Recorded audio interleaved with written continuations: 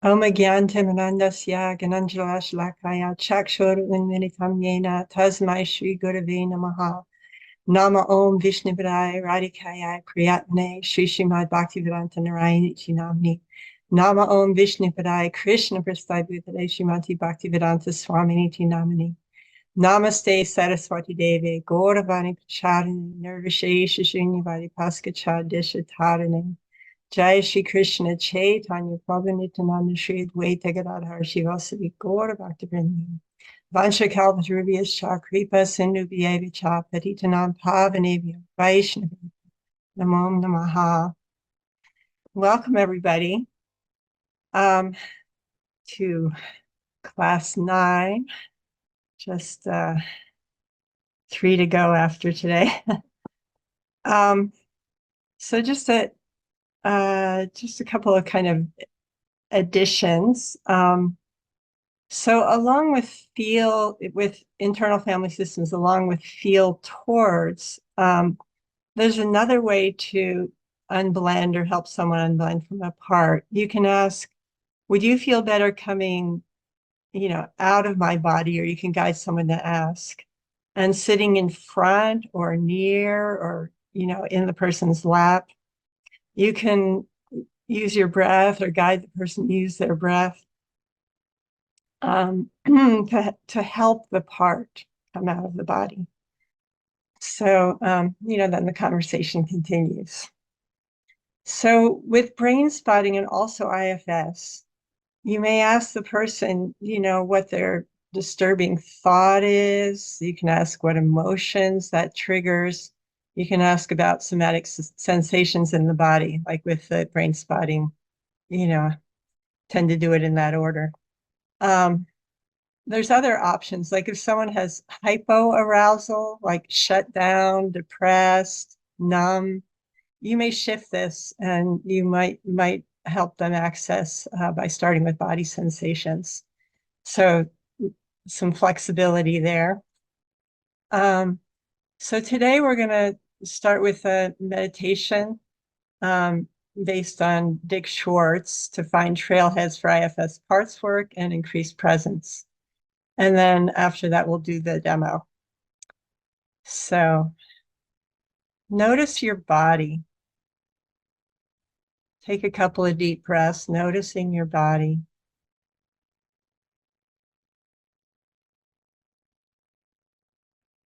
Scan your body for what in IFS are called trailheads, spots of pressure, congestion, constriction, stiffness, or pain. Anything that doesn't feel like who you are.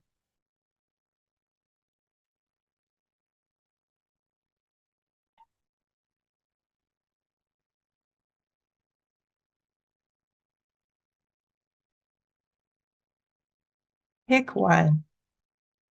Gently focus on it in your body or mind as you breathe deeply. Oh, but first scan your mind for any agitation, dullness, fogginess, distress. Again, anything that doesn't feel like you.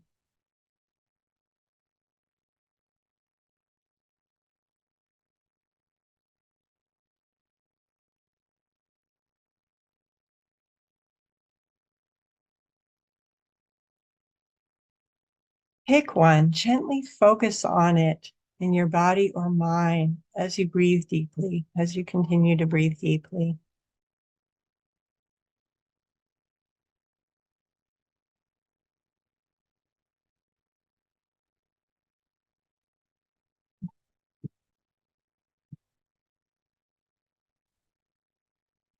See if you can help it notice you. Help it notice it's not alone.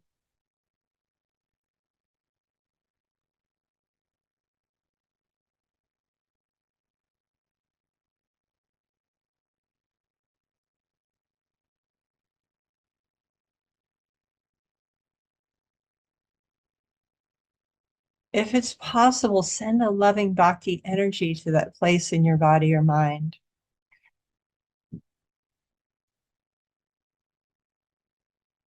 There may be something it wants you to know, and that's fine.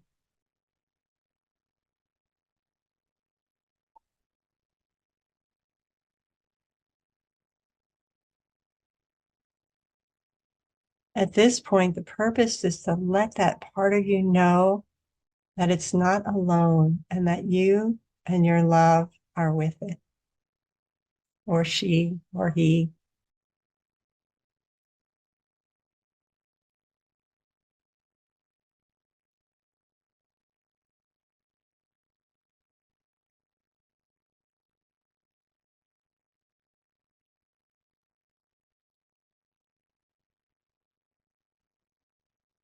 Keep showering it with the loving energy. You may be moved to include some words of comfort and or reassurance. You can breathe into it also using your lungs to direct that bhakti, that love.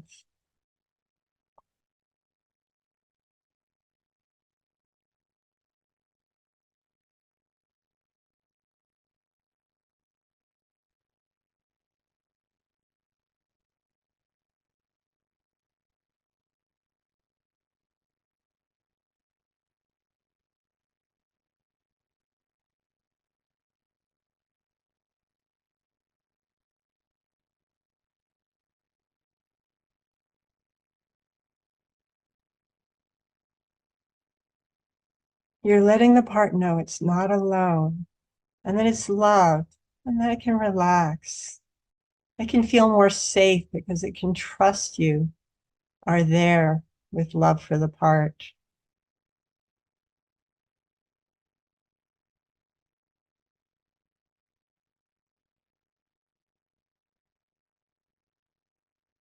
You may notice it relaxing. You may notice a shift in your body or mind.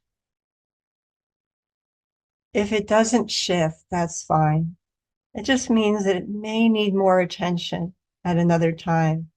If it doesn't relax, you can make an appointment to meet and talk some more with it later.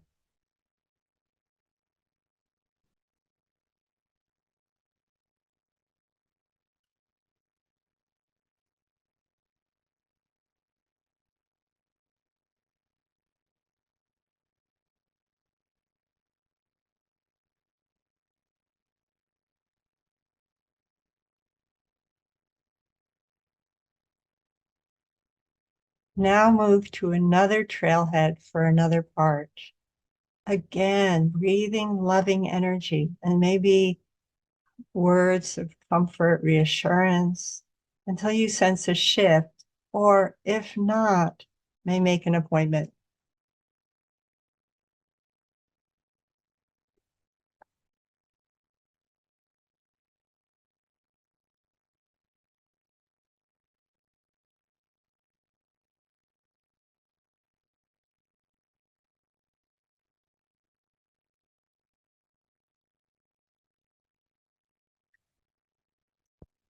When a part relaxes, notice a bit more space and openness in your body or mind. You may notice a cycle where the more openness you notice, the more loving energy you bring to the parts and the more they trust you.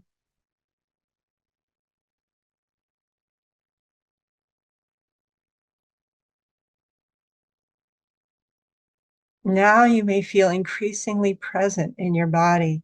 It's the parts and their burdens that keep you a bit out of your body. If they have relaxed, notice what it's like to be more present in your body.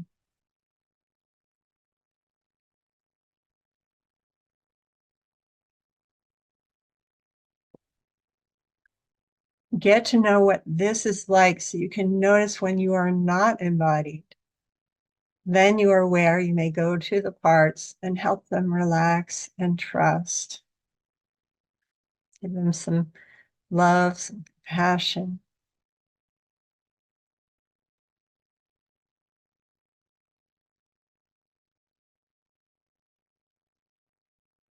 With practice, you can find more and more time to be present in your body.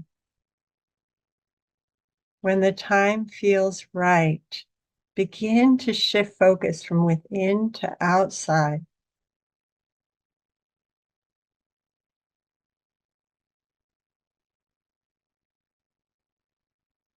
And when you open your eyes, notice if it's possible to stay in your body with your eyes open.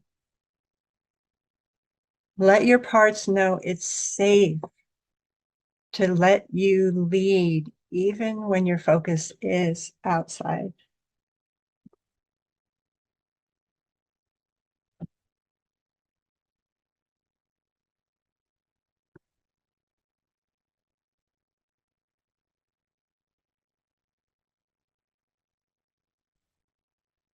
And now the demo, Payal.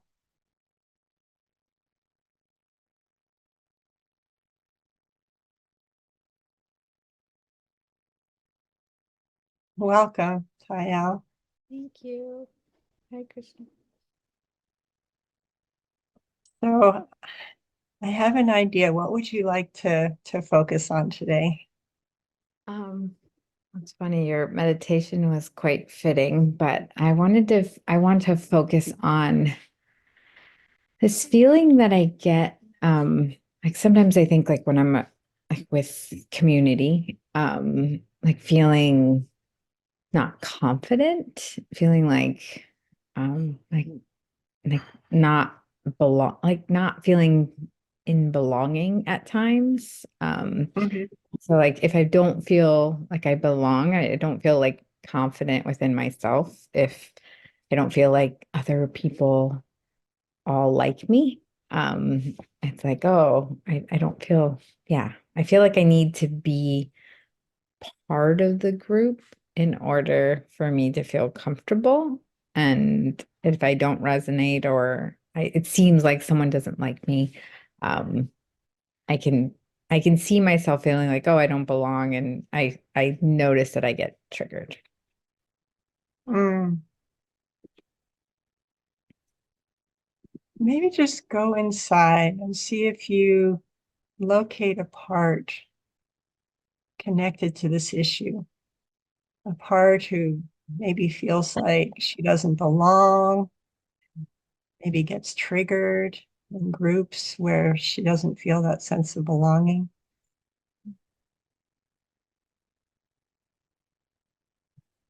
See where she's located in or around your body. Feels like it's in my stomach. Mm. And when you focus on that part in your stomach, what do you notice? What are the sensations you notice? If you notice anything you see, feel when you focus there. Feel nauseous. Mm. Anything else that you notice?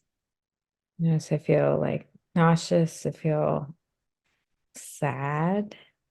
Like I feel some sadness, and Mm. I see. It feels like I see like black darkness. Mm. And does the sadness feel like you're feeling her sadness? Or you notice that maybe there's another part who feels sad towards her?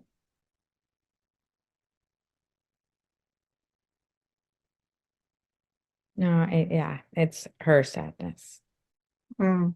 And how do you feel towards her? Mm, frustrated. Mm. And where's the frustrated part located in or around your body?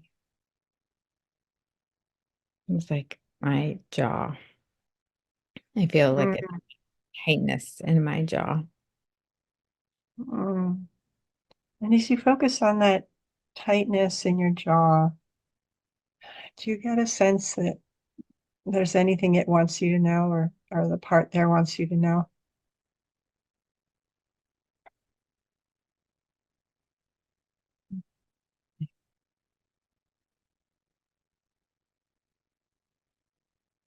Hmm.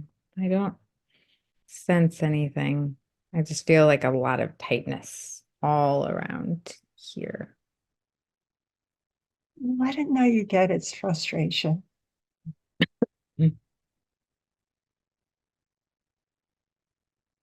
let it know you understand how it might be frustrated.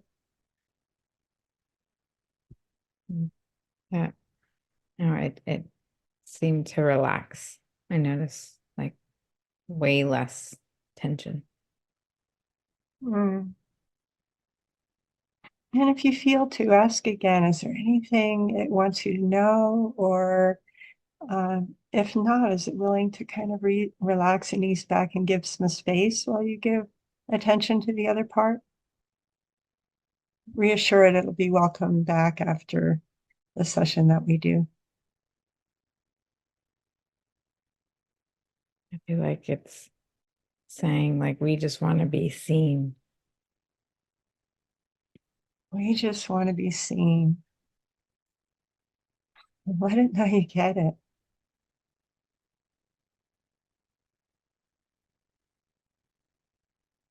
Is it aware that you're here seeing it?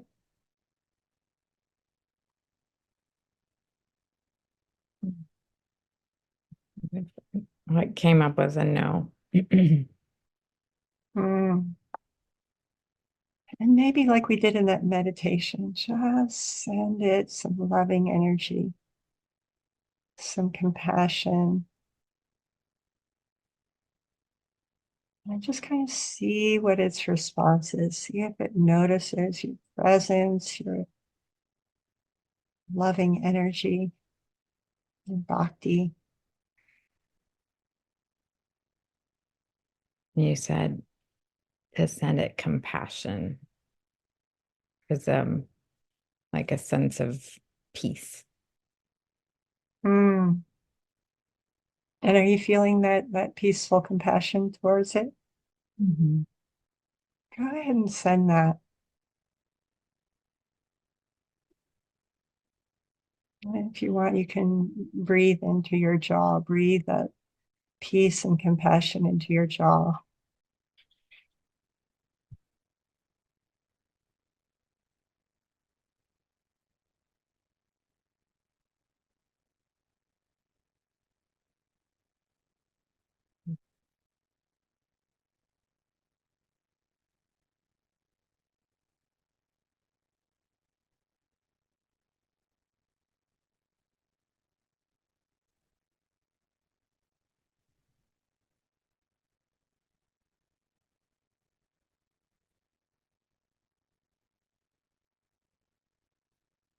Notice that there's less attention there now. Like it feels like it relaxed. Mm.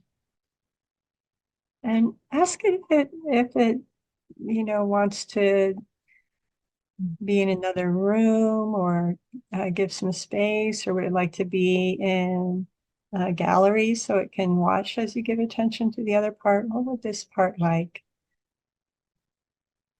It feels like it's saying that they want to stay, Hmm. just witness. Mm. Like it's Go a, ahead. it's almost like Uh, it's a, feels like it's a protector. That totally makes sense. Yes. And would it like you to help it find a comfortable seat in the gallery? Feels pretty stubborn. Like, no. Ah, um, is there anything it wants or needs right now, Mm. including if it wants to vent some frustration? It's like it just wants to know that we're safe. Ah, how old does it think you are? 8. And do you feel like updating it? It might feel a bit more safe if it knows that you're not 8 anymore.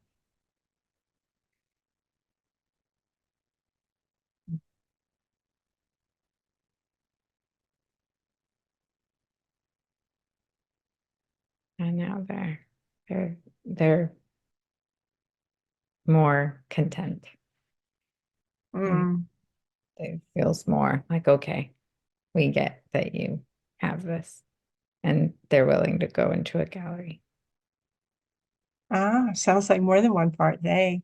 Yeah, it feels Yeah. like a they. Mm. Like Let me, it feels like a part, but like they is like a hosting. I don't know. It doesn't feel like an individual.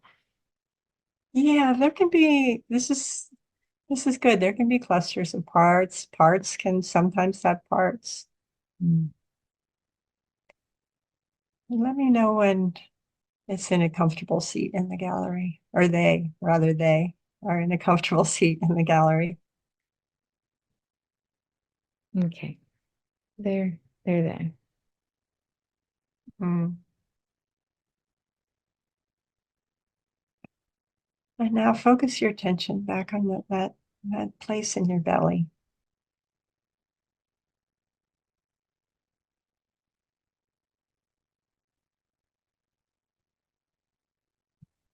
What's the sensation you're noticing now? Like a almost like a deep hiding feeling. A deep, a deep what feeling? Hiding like inward. Hiding. Oh, okay. That's what you said. Yeah, hiding. And how do you feel towards this one? I feel sad. Mm. Sad that this part has to feel this way. Does it feel like compassion or empathy? Maybe you're feeling what she's feeling. It feels like pity. Oh, pity. And the part with the pity, where is she located in or around your body?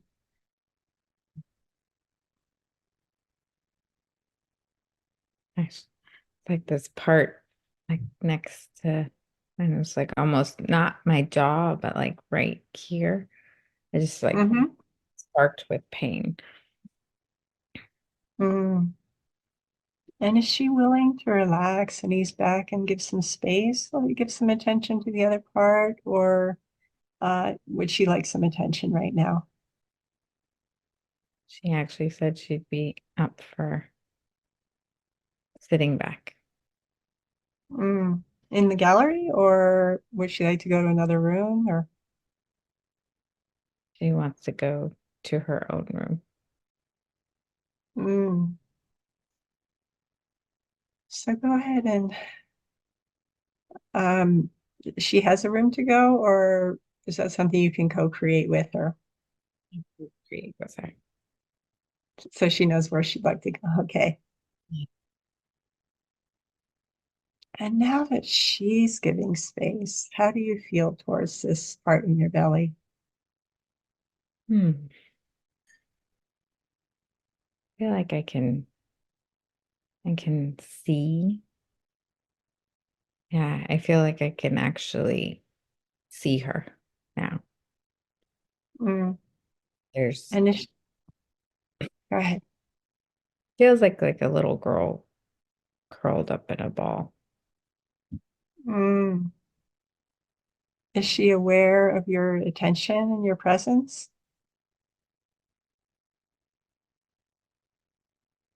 It wasn't I, now that you said that, I think she's becoming aware. Mm. Maybe just gently send her some of that loving compassion, some of that loving energy, bhakti energy.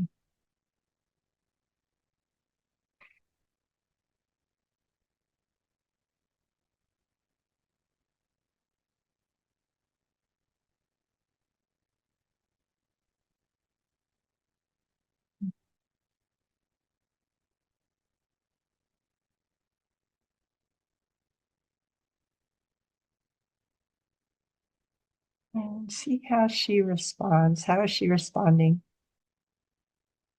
She's responding in a way like she's I almost feel like Feel a little, it feels like quick to say, but it's like she feels gratitude. Mm. Is she still in a ball or not so much? It's- Yeah, it feels less like she's not in a ball, but still, yeah, she's still in a ball, but like almost willing, like to kind of like looking up, but not Mm. still a little tight. Yeah, let her know you understand.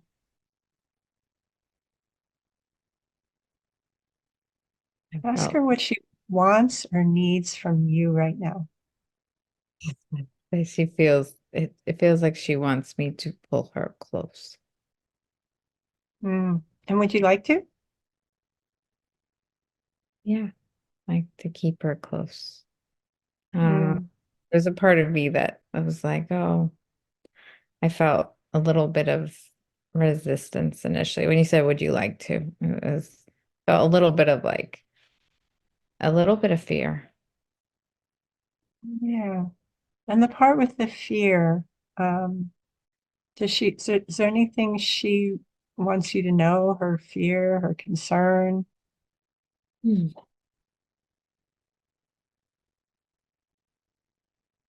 Hmm.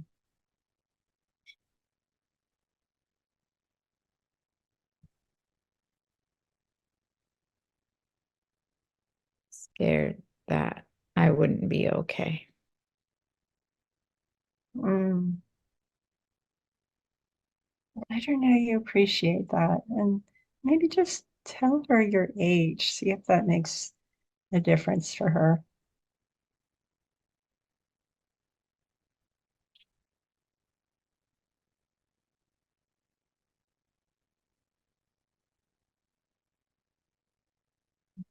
Feels like she seems content. Mm. Thank her for that. Would she like to be in the gallery and watch? Would she like to just kind of relax and give a bit of space? What would she like? She seems to want to also, she doesn't want to leave. She wants to hang out, but give space. Oh, okay. Thank her for that. Yeah. Let her know she doesn't have to go anywhere she doesn't want to go. Let her know the gallery's there if at any point she would like to go there. It's totally up to her. And now, as you focus your attention back on this part in your belly,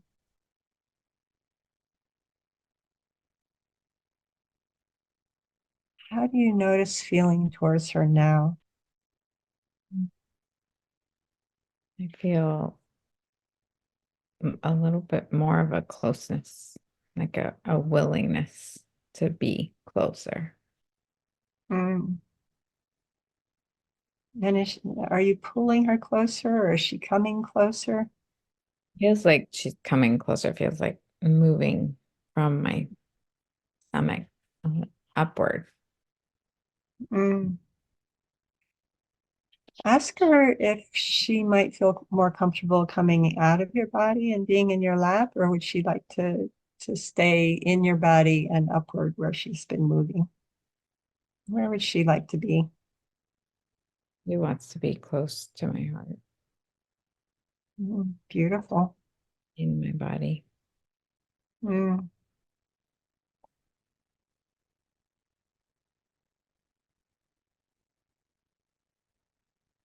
Mm. He seems to, it's like just want to be known that she's taken care of. Ask her if she'd like some words of reassurance from you.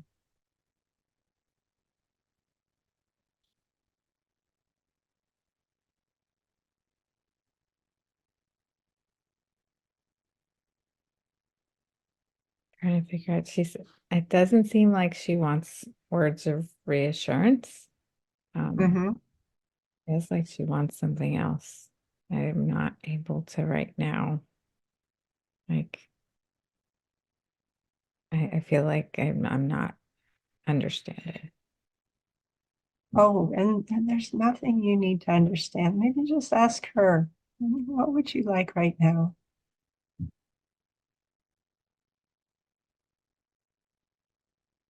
Presence Mm, to be with her.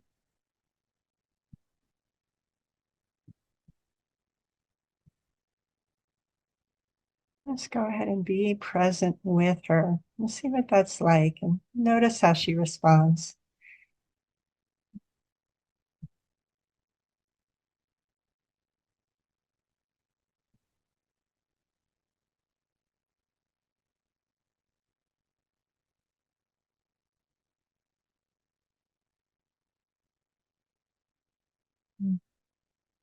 Felt like she went back to my stomach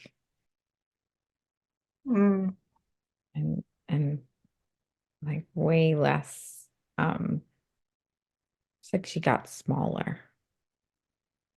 Like not mm, in like a hiding way, but in a okay, like I'm safe to go back there. mm. Ask her if she'd also like her own safe place. She can go anytime she'd like. Mm. She said yes. Go ahead and co-create that place for her. That's how she would like it. She wants to be able to go to the beach, I can relate. like be Go ahead in and a peaceful place. yeah. So go ahead and co-create with her that peaceful beach place.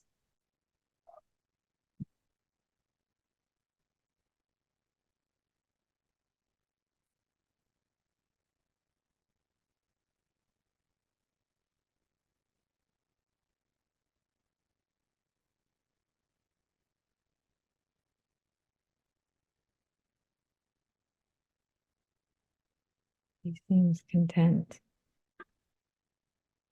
and grateful.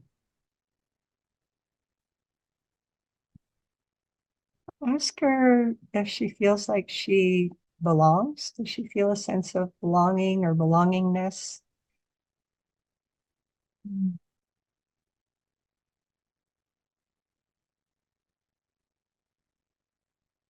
with Oh, you? I was gonna say she's almost like she's not concerned. Not concerned. Got it. It's like she's in her happy place. So she doesn't feel the need. And let her know she's welcome to, um, if it's true for you, let her know she's welcome to come back into your belly at any time, your heart at any time. Let her know she's welcome and let her know she can go to her safe place and spend time there whenever she would like, but it's totally up to her.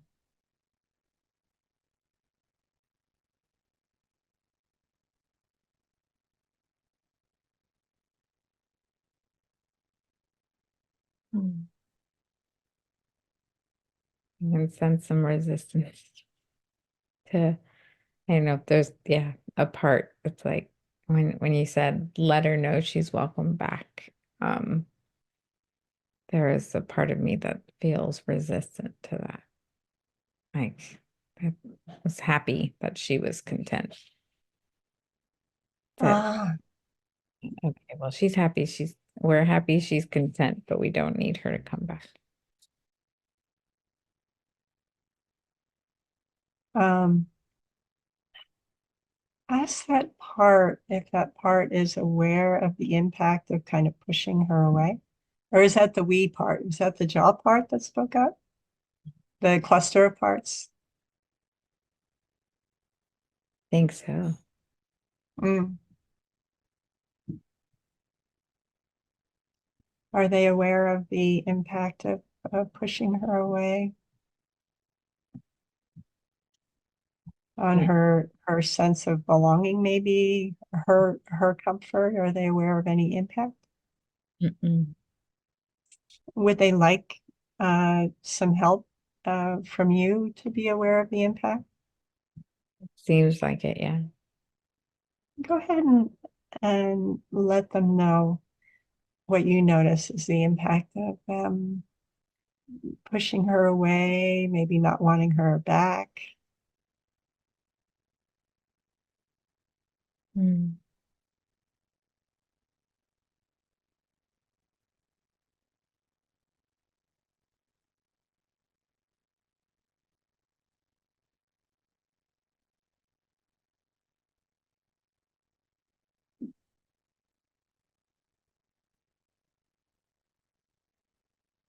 They seem to be more understanding. Mm. They're more allowing, like more willing to allow now, allow me Thank to. thank them for that. Yeah, thank them. Thank them for their willingness, their helpfulness, and their concern about the other part, their intention that she be content.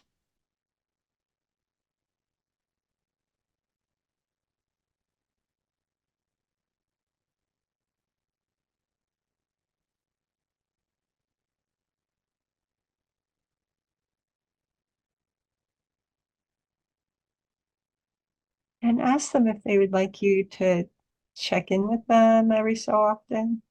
How often would they like a check-in?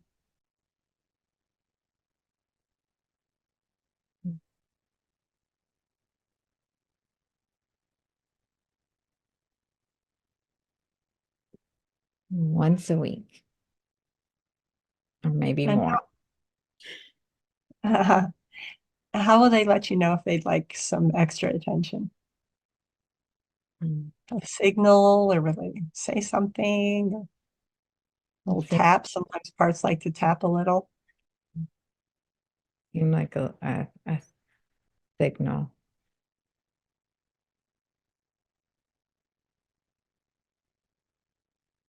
a signal of, like it almost feels like they would say like, hey, we need your attention. Oh, okay, that works. And how often this in her safe place, how often would she like you to check in with her?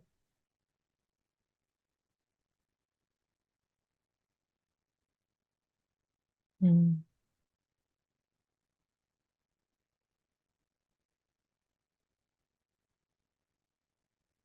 Mm. Feels like every day. Does that work for you? Feels like a Uh, lot. check check-ins can be they're normally quite brief, you Oh, okay. know. Yeah, like, you know, can be less than a minute. So, Okay. Yeah.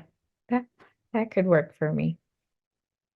yeah, and if she's wanting more attention, you could schedule something during the week if it works for you. Totally up to you. Oh, actually, when you said that, there's a part of me that felt like, oh, well, it could be as brief as making sure she's content in her safe place, like while she's at the beach, just kind of like a nod, like, oh, are you good? And it could be as simple as that. Yeah. And that caring, that concern, that check-in, Mhm. can help her feel cared about, feel like she belongs, feels like, she can trust you that she belongs. So, Like she's not outside of the system, that she still gets to be in the system. yeah, let her know she's welcome anytime. And let her know that you cleared it with those other parts and she's welcome anytime.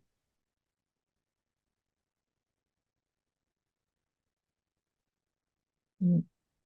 Interesting, like, and out of as we were talking, I felt myself like, I don't know if it was unconscious or, it's like I started rubbing my stomach in a loving way.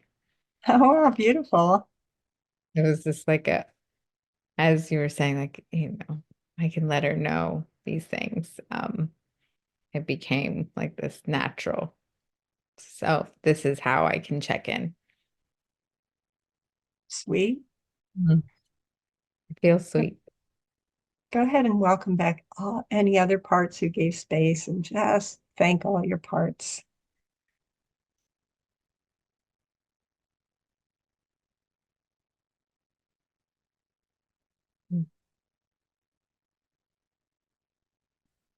How do you feel?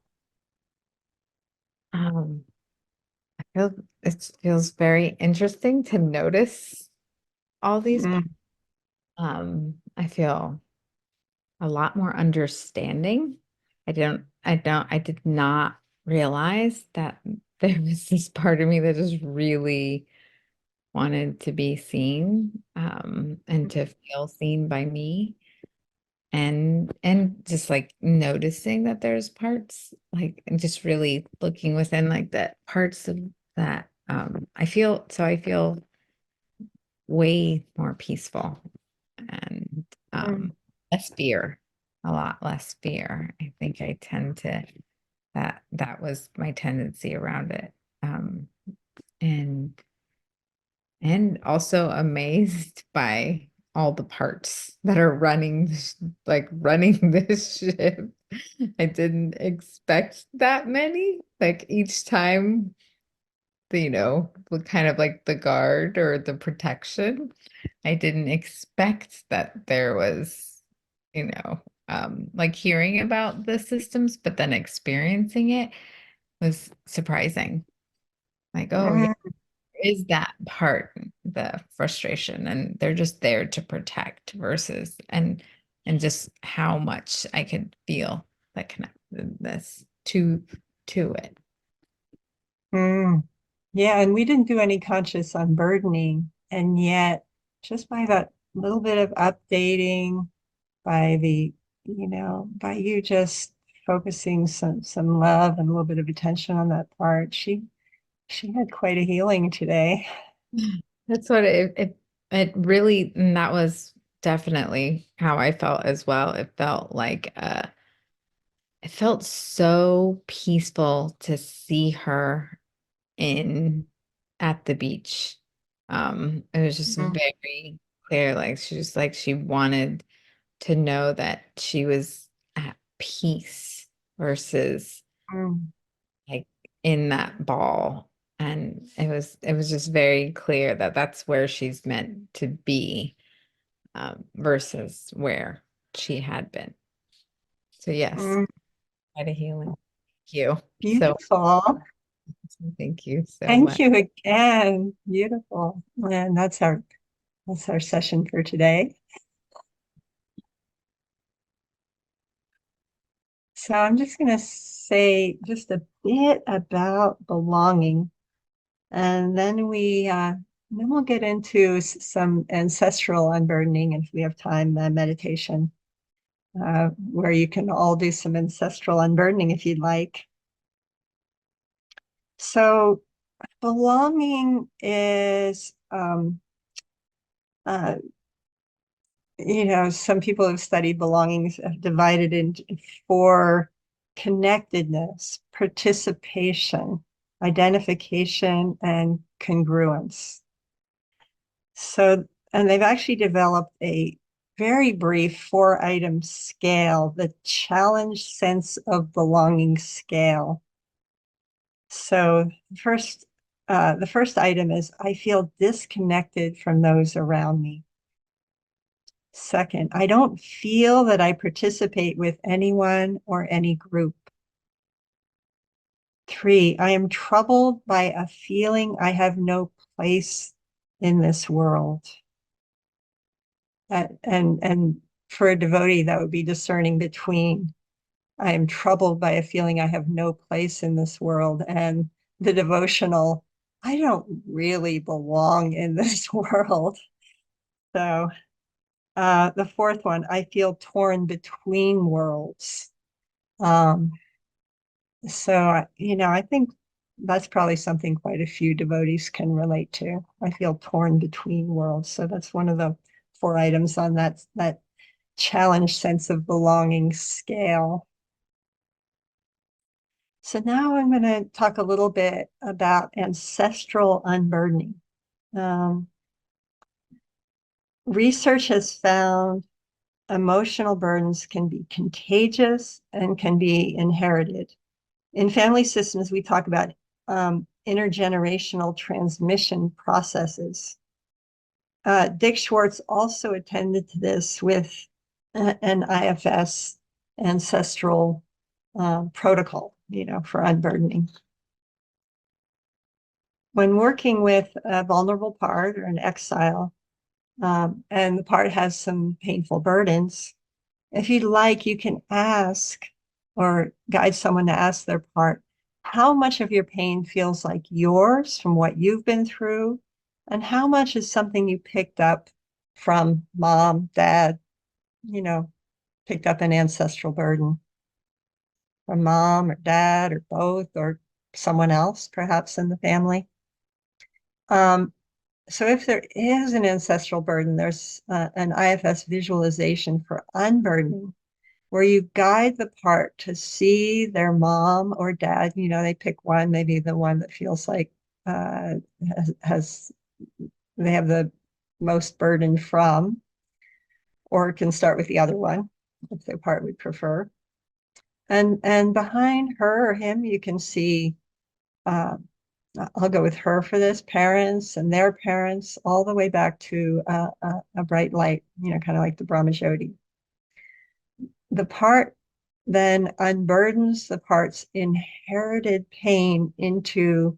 So the IFS protocol is a basket. So that's what I was trained in. And then passes the basket back to its mom so she can unburden her pain, then hand the basket back to her parents and on down the line until the burdens in the basket go into the light.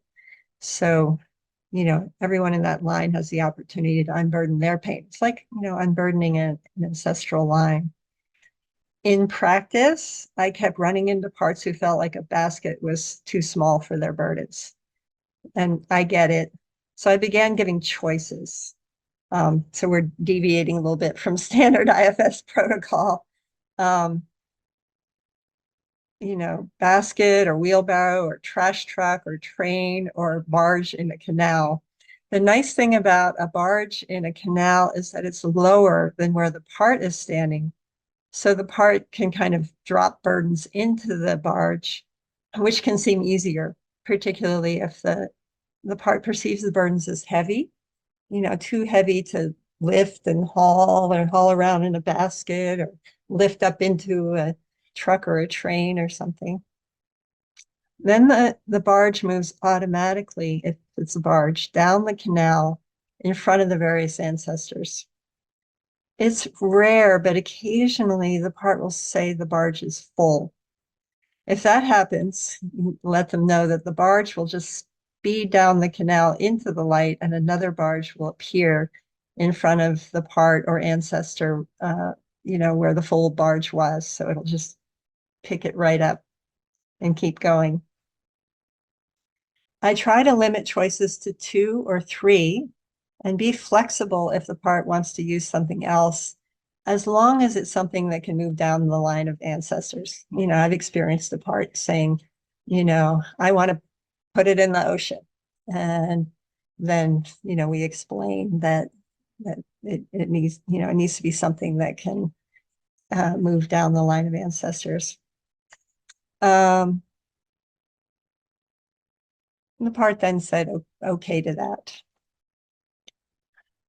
I also understand that a basket may seem more personal, just getting kind of the reason that I was trained with a basket. And you could, if you'd like, have it be a magic basket that acts like a zip drive and shrinks the burdens when needed, I suppose. Sometimes the basket or container will need extra time with or in front of a particular ancestor. Perhaps that ancestor experienced and passed down considerable trauma. Sometimes that trauma is historically identifiable. For example, someone with Jewish ancestry may have had ancestors in the Holocaust. There was the Irish potato famine. There was African slavery, African famines, other famines, um, near extermination of Native Americans, London bombings, World War II in general that impacted so many countries, um, bombs dropped on Japan, other wars, starvations, plagues, despots, and natural disasters. It's best to allow time for that and whatever personal traumas occurred. After the ancestral unburdening is complete, you can invite or guide to invite the ancestors to go back to where they live. Then I will guide the part to invite in positive qualities to fill the space where the ancestral pain was. Um, Then, as time allows, you can invite the part's response to the unburdening. So, uh, we have time. We can do an ancestral group, ancestral unburdening if you'd like. So, go ahead and see if you find a part who would like to do some ancestral unburdening. Where is that part in or around your body?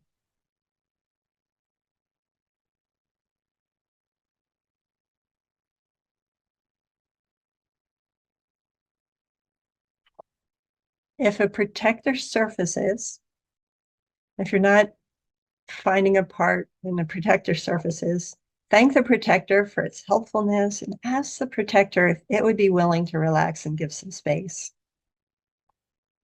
If not, give attention to the protector's concerns and let the target part know you will give that part attention when the time is right.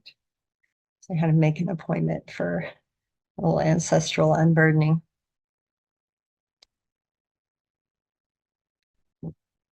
Now get acquainted with the part. If you've located that part that carries ancestral legacy burdens, see what you notice, how the part seems to feel, how you feel towards the part, extending some loving energy.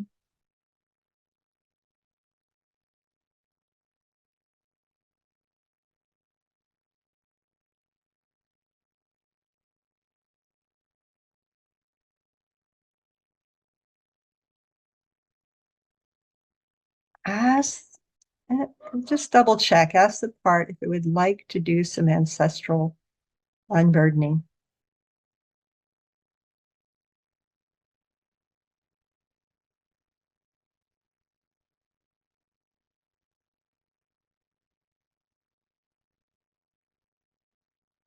Once again, check for self energy. How do you feel towards the part? Strengthen self-presence as needed, or if you notice maybe another protector or some protector, ask if it's willing to relax and ease back and give space.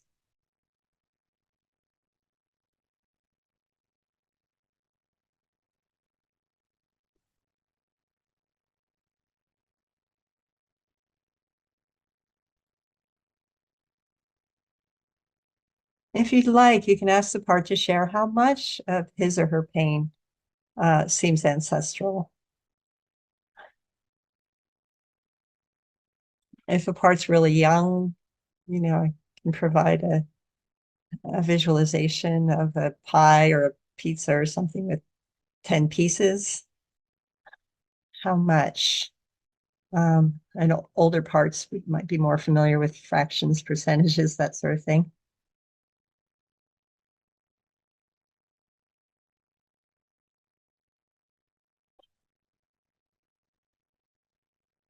Does it feel like there's more mom's side or dad's side?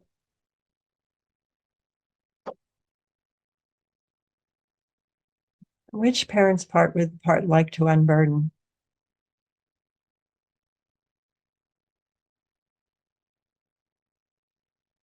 If you'd like, you can flesh out some of the emotional burdens. Does it feel more like fear, shame, sadness, combinations, something else?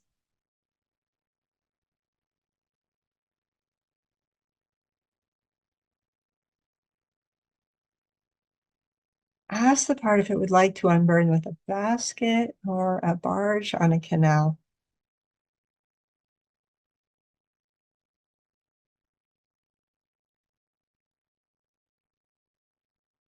Invite the part to notice its parent, their parents, and a line of ancestors going back to a bright light.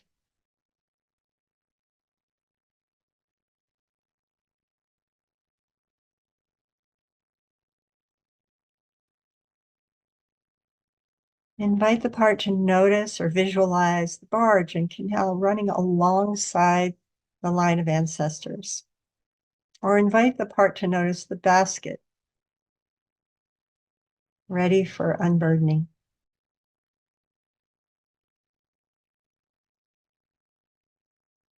Invite the part to go first, unburdening the ancestral burden,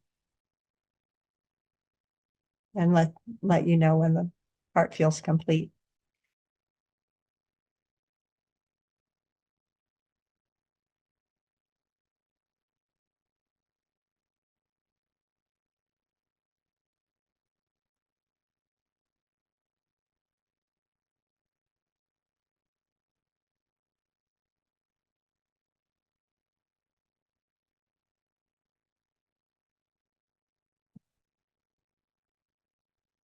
When that is complete, ask the part to pass back the basket or notice that the barge has moved back in front of mom so she can unburden, then back to the other ancestors.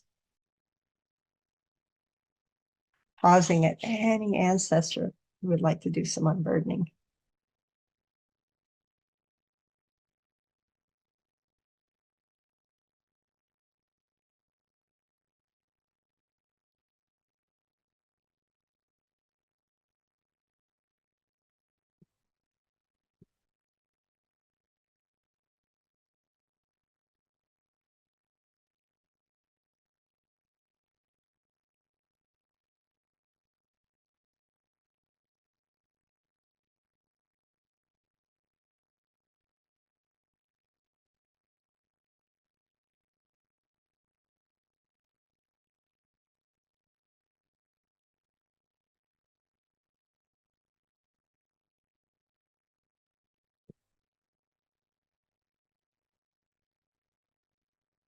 Go ahead and raise your hands. And when most of your barges or baskets are in the light, I'll continue.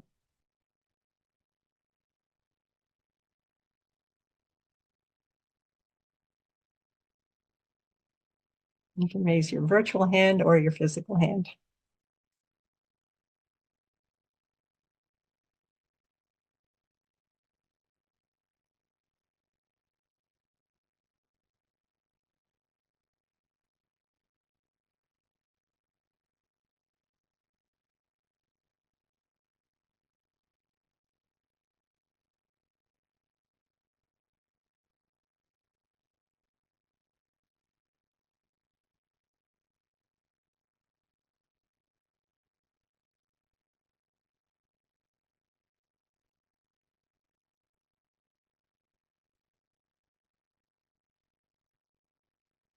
And now notice the ancestors going back to where they live.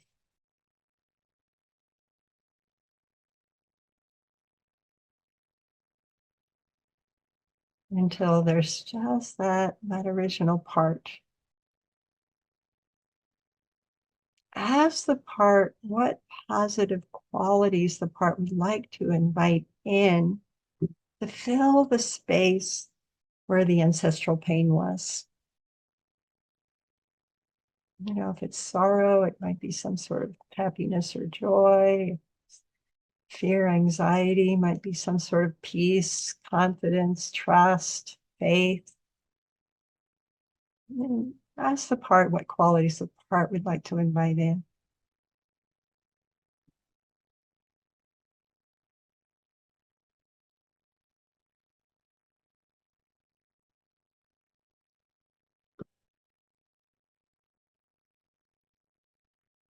And just give the part some time and space to invite in those qualities.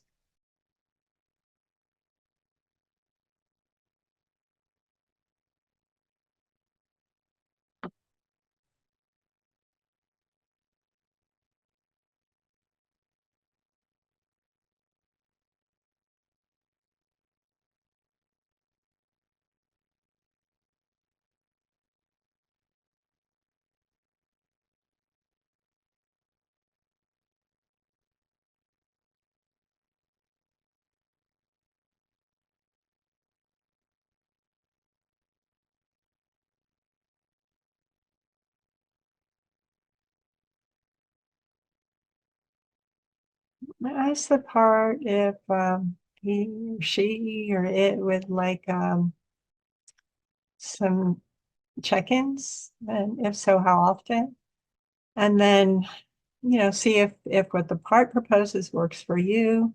If not, you can propose what does work for you.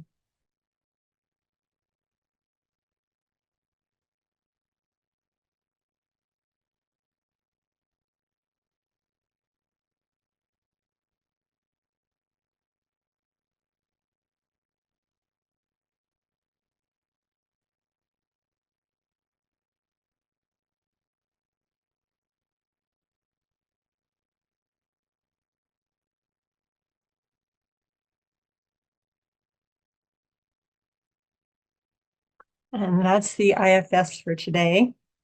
Um, we have one more meditation. So, recently a friend of mine who's experienced a lot of rapid physical healing in her body shared with me the ways that she, orders her body to heal. Um, so I changed it, adapted it to include not just the body, but also mind and emotions or emotional body. And so I'm calling it God's healing meditation for mind, body, and emotions. And this week was Gaur Pranim, so I'm going with Lord Chaitanya. Um, so, um, so I'll state something, and feel free to leave your mic muted and just repeat out loud wherever you are. In the name of Lord Chaitanya and by the healing power of Gauranga's love, I guide my mind to heal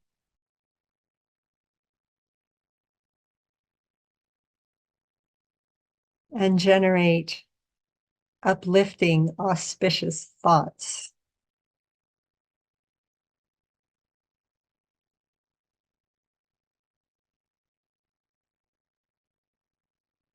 In the name of Lord Chaitanya and the healing power of Gauranga's love, I order my mind to heal and generate uplifting, auspicious thoughts.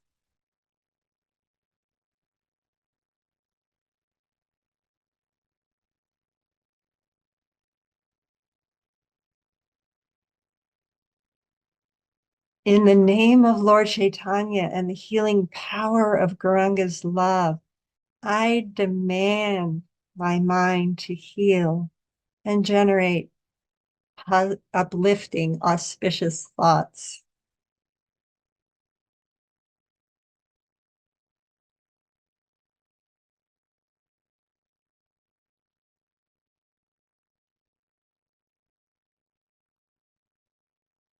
In the name of Lord Chaitanya and the healing power of Gauranga's love, I spur my mind to heal and generate positive, uplifting thoughts.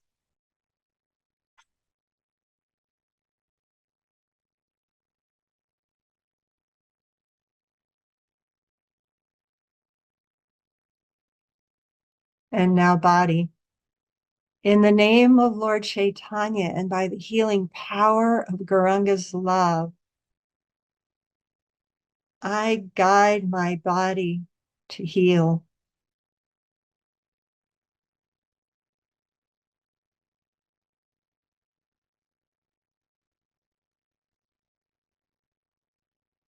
In the name of Lord Chaitanya and the healing power of Gauranga's love, I order my body to heal.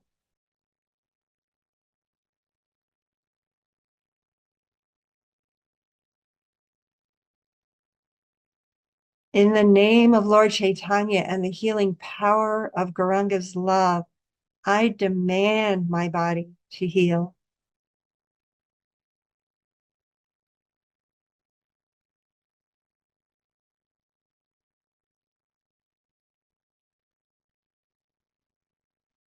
In the name of Lord Chaitanya and the healing power of Gauranga's love, I spur my body to heal.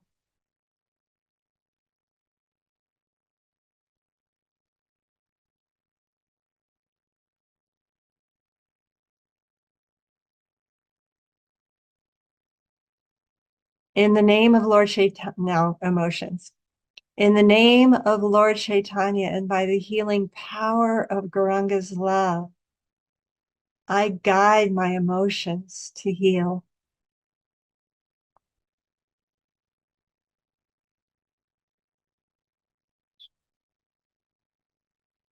In the name of Lord Chaitanya and the healing power of Gauranga's love, I order my emotions to heal.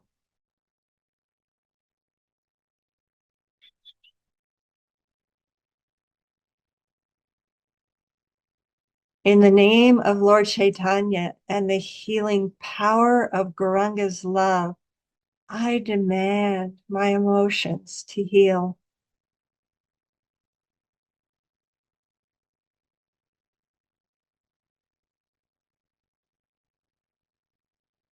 In the name of Lord Chaitanya and the healing power of Gauranga's love, I spur my emotions to heal.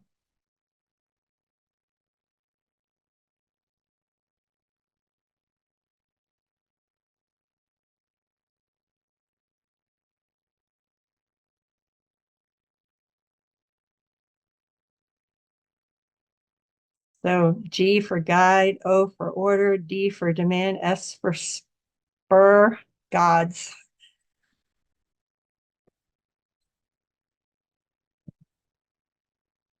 And now first I'd like to invite, because we did several meditations. So first I'd like to invite responses, your experiences of the meditations, your experience of today's class.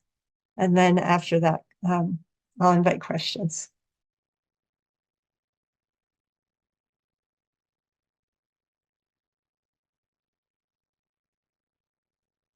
Rasangi.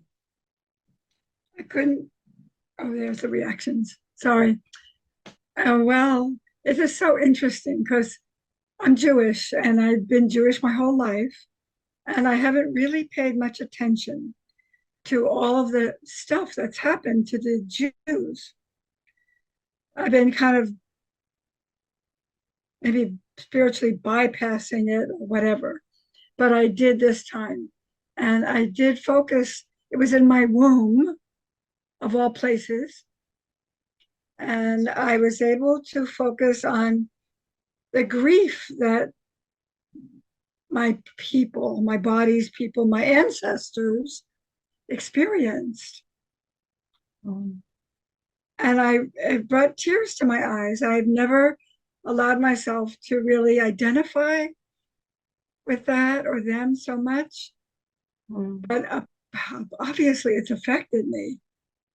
And what affected me so much was what they felt was so useless and cast aside and not worth anything.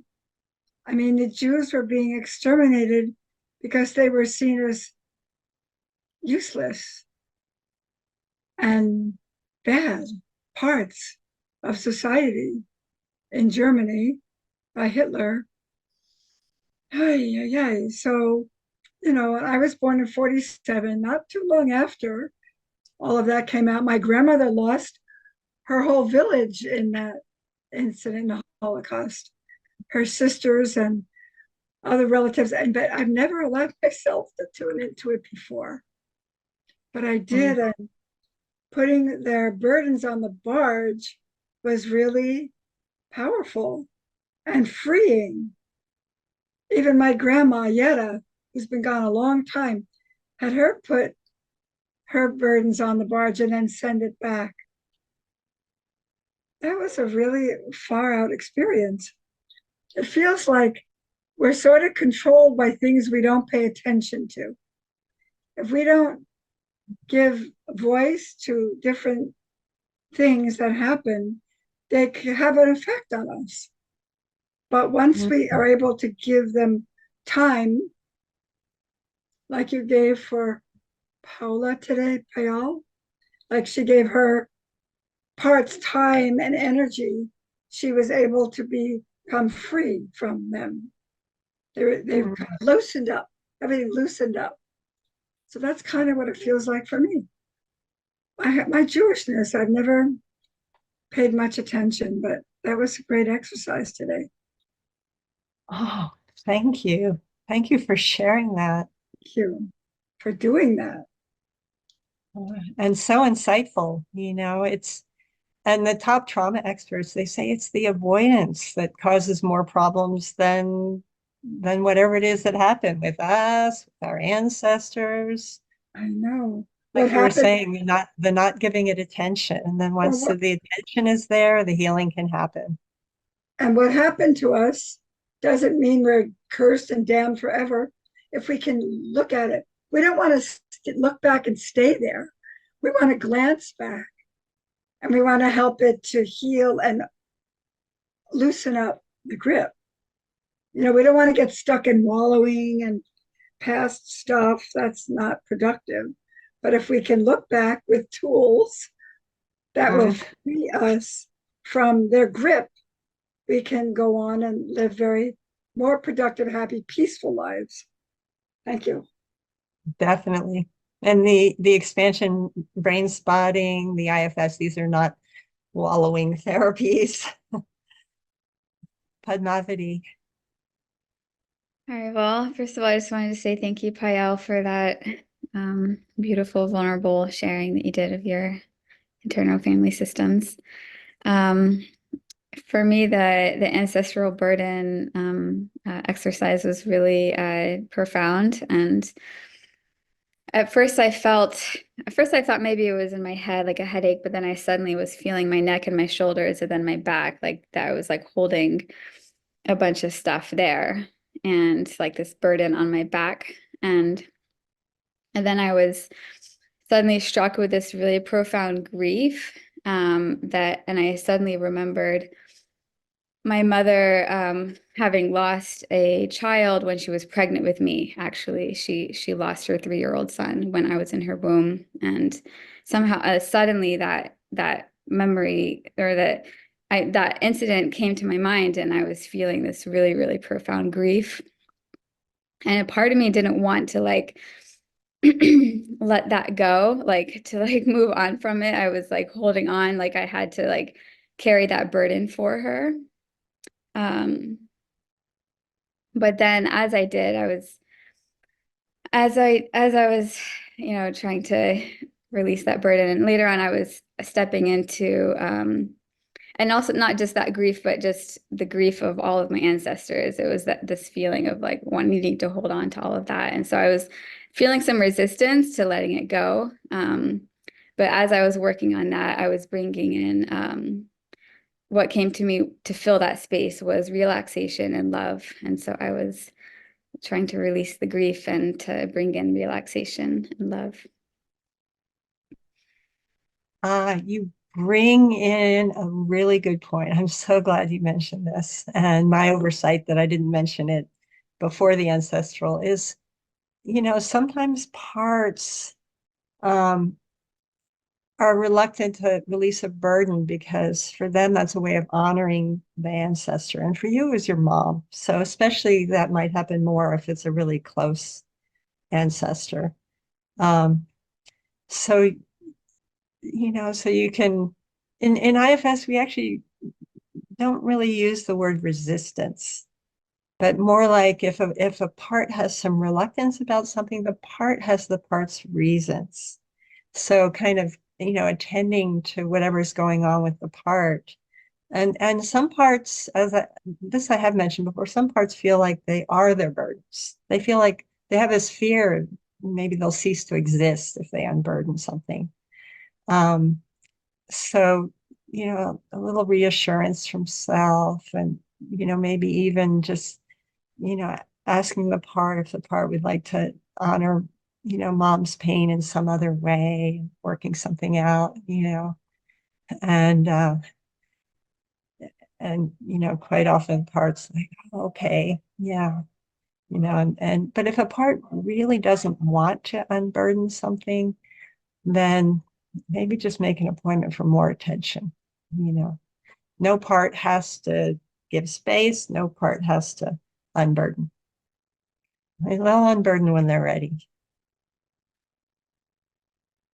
Thank you so much. I'm really glad you said what you said and brought up what you brought up. So, I could mention that.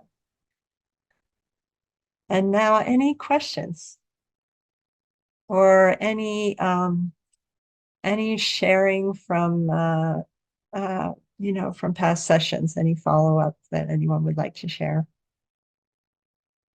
Pranada. And also Pranada last time shared sessions that she's done with others without revealing any identifying information. So feel free if you want to share something like that, also feel free. Could you describe the before you did the ancestral unburdening, you talked about conscious unburdening. What does that look like? It's a little different than the ancestral. Or is that just the same name for that ancestral unburdening? Ancestral unburdening, I mean, what we did is conscious. So I think that the parts individual unburdening. Yeah, so I guess that's what I'm looking for, the individual parts unburdening. It would just be like what we just experienced, or what does that look like? The individual parts is more would you like to unburden with the protocol is would you like to unburden with wind, water, fire, right. or yeah, and then the ancestral has more of a vehicle that can, do more of a group unburdening of the ancestor with the ancestors invited to do their unburdening.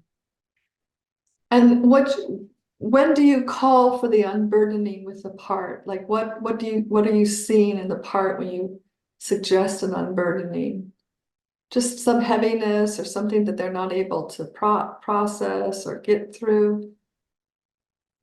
Well, it comes after the witnessing, in the protocol, where the part's invited to share and be heard. Parts want to be seen, heard, understood. So after the witnessing, you'll get a sense of burdens the part might be carrying. And it's an instinct thing if you just ask the part if it wants to unburden, um, or if you ask the part if it wants to unburden sort of one emotional burden at a time. Would you like to unburden the shame that you've been sharing about? And then ask, is there fear? Is there, the vulnerable emotions are, generally on in that category of fear, shame, uh, fear, shame, uh, sadness, sorrow, grief, so one of those three. Thank you. You're welcome. Anyone else? Questions? Kosha Rupa. Okay, got it. Sorry, got to get this. So question, thank you very much. So question I have is, have you been able to do like what you just did with us with the group meditation for unburdening with either ancestral or parts? Because, and also the meditation we did in the very beginning and last week also. So I was just wondering, have you done much with that with the group setting? And I'll tell you specifically what I'm thinking of how I could use it is I teach public speaking, and I'm going to be doing some seminars this summer. And I've done like mini hypnosis sessions with people to help them be able to be more comfortable in opening their throat chakra and being able to express themselves. So continuing from my demo last week, and then just thinking about how to incorporate, like this might be an easier way than doing the hypnosis, is doing something with parts for a group. Any experience with that? If I did groups, I would. If I taught public speaking, I would. Does that answer your question? Okay, maybe I'll craft something and then run it by you for your suggestions. And I Okay. guess this is an example. This is a group and I'm doing the meditation. So yes. Sure. But my private practice is uh one-on-one, you know, some couples, but mostly one-on-one with adults. So yeah, so it hasn't come up. Although, you know, meditation can help an individual, you know, access, particularly the first one we did today. You know, because they're kind of, if it's done as a meditation, maybe they're less on the spot. So you know, again, trust your instinct, trust your, you know, you have these different options. Trust your sense of where to go with someone. Thank you. Including, I had a session this week, complex trauma, dissociation, fire survivor. We're sticking with expansion, resource, brain spotting. That's, anything else is just not okay for this person's system at this point they until they get stability, you know, till they get time where they're not, you know, I'm actually going to be doing more assessment with this person, do dissociation scale so they can, uh, see if there's maybe some DID, dissociative identity disorder. I used to call it multiple personality disorder, just to see. So that would be my first in my entire, if that's the case. So I'm glad I've had the experience I've had before, working with this particular client. Not just the simple, let's, recover from the fire itself. Definitely. There was one person, I think I may have mentioned before, where I just did one session. The parts, and it was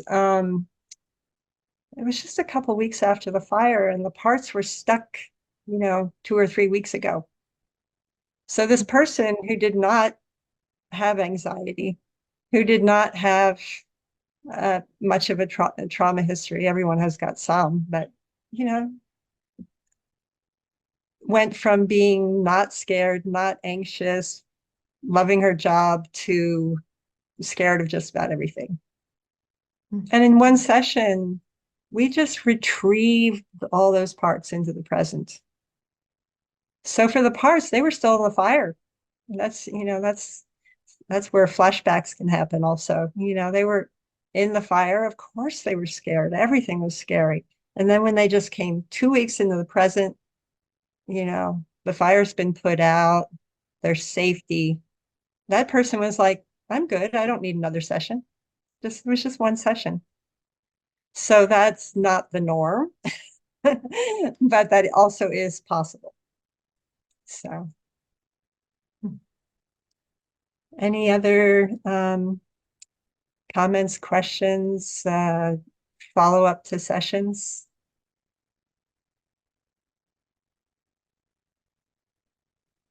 We still have almost 5 minutes.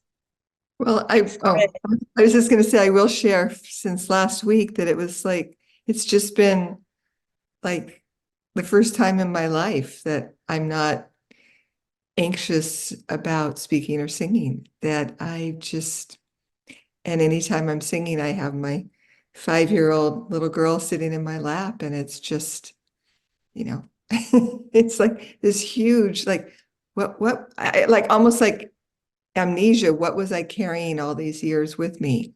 Why did I have that like heaviness and that with me all the time? Because now it's just not even a memory, it's just gone. So thank you, thank you, thank you.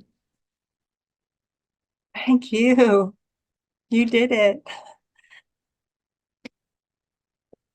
I mean, I really want to acknowledge that, that kosha, it was, yourself, bringing that healing to the part. I'm just a facilitator here.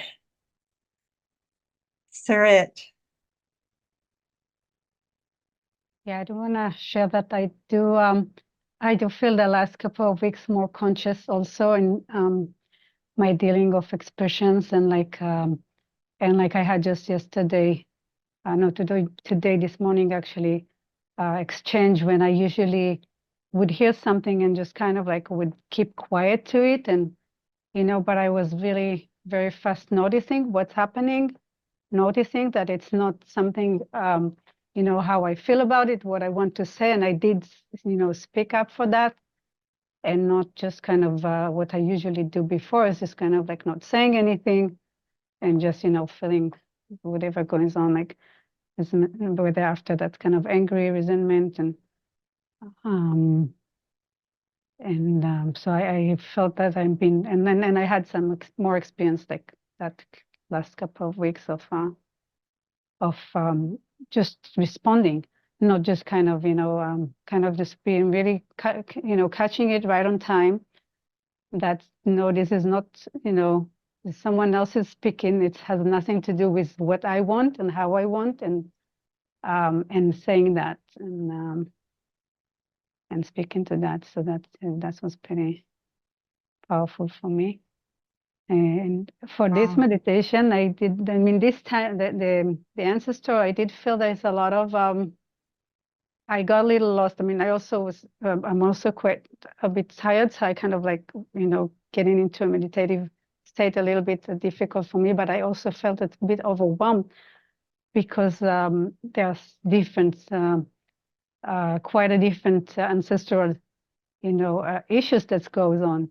And I wonder if that's something that you sometimes comes across when you have like, because there is the Jewish part, definitely the overall Jewish part, but then of Holocaust for me also the Jewish with the Muslim. My parents came from Muslim countries where they had, run away to Israel, but then also the personal of my grandmother losing a child. Her firstborn while already here, as a young, and other things that's kind of like, so I feel it's all, I mean, now that I know about trauma also more, I just realize how much of impact this has been in the family and on me. But I just wonder if you find that sometimes you just get I feel just like I get so overwhelmed, and it's almost like, and then kind of basically, dissociating from it all. But I couldn't really tap to a specific trauma spot. Yeah, and I thank you for sharing that, and no problem. And you can have a conversation with the protector, the one who's pulling you out. Dissociation is the protector pulling you out. When the protector doesn't feel safe, you're going somewhere, or maybe there's just a lot of emotional content. So you can have a chat with that protector. Maybe it would help to update that protector. Maybe the protector would feel more safe knowing your actual age. Maybe the protector would feel better if you parceled it out, like you mentioned. Like, okay, so now we're just going to invite the ancestors who were part of the Jewish Holocaust. Now we're just going to invite the ancestors who were part of the Muslim persecutions. So, or whatever your Muslim ancestors went through. So that's a possibility, and that's not something I'm trained in, but I really invite people to use their own creativity and and what works, in conversation with your parts. So yeah, I mean, this kind of, it's pretty amazing. It's like this whole thing's guided by super soul, what you all are bringing up and what's being mentioned. Yeah, thank you, Sarit. Thank you. And that's our time. Thank you, everyone. Good work. Jai.